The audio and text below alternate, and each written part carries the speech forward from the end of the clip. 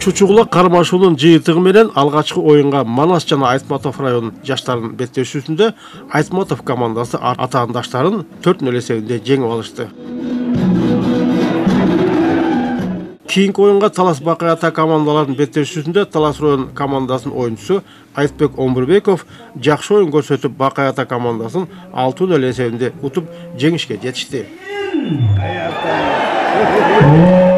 Элибиздин рухун даңазалаган бирден-бир эң негизги улуттук оюндардын бири көкбөрү.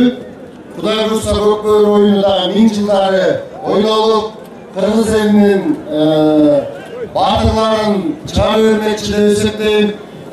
Келечекте эртең жакында Кудай буйрса мына республикалык мелдешке дагы областыбыздан команда түптөлүп, ынтымак командасынын составы бүгүн айтылат.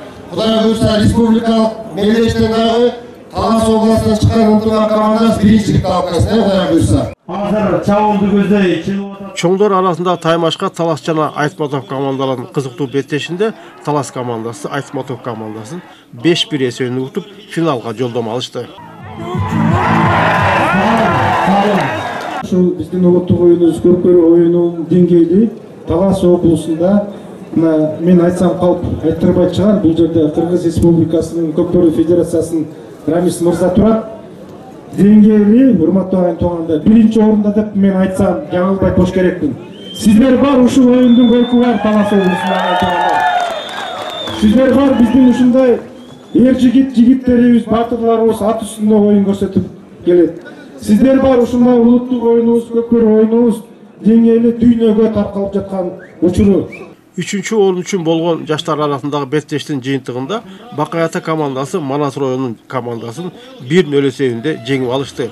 Чоңдор арасындагы 3-чү орун үчүн болгон таймаштын жыйынтыгында Манас жана Айтматов командалары кезгелип, оюн тең чыгуу менен аяктап, булут оюнда Манас районунун оюнчусу Өмүрбек Эсен уулу Тайгазанга Серкенди жаңылбай таштап, Манас району 3-чү орунду камсыз кылышты.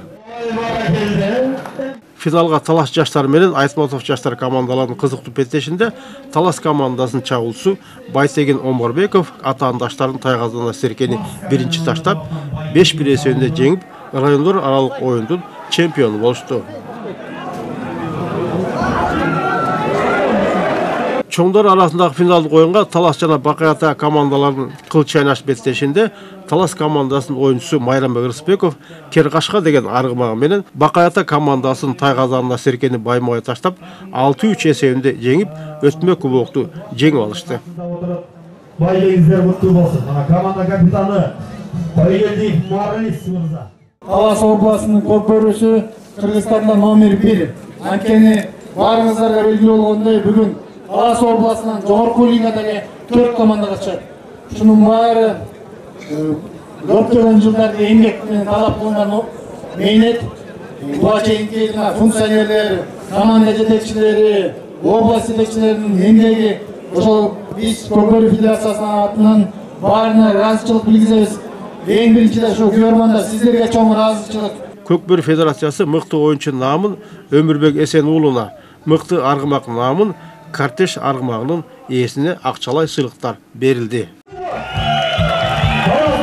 Көпчүлүк күткөн Талас облусунун ынтымак курама командасына тандоолор болуп, Талас районунан Эрсултан Айдаркан уулу жана Бакай ата районунан Нурлан Узеевтер ынтымак командасынын курамын толуктап, республикалык оюнда Талас облусунун намысын коргошот.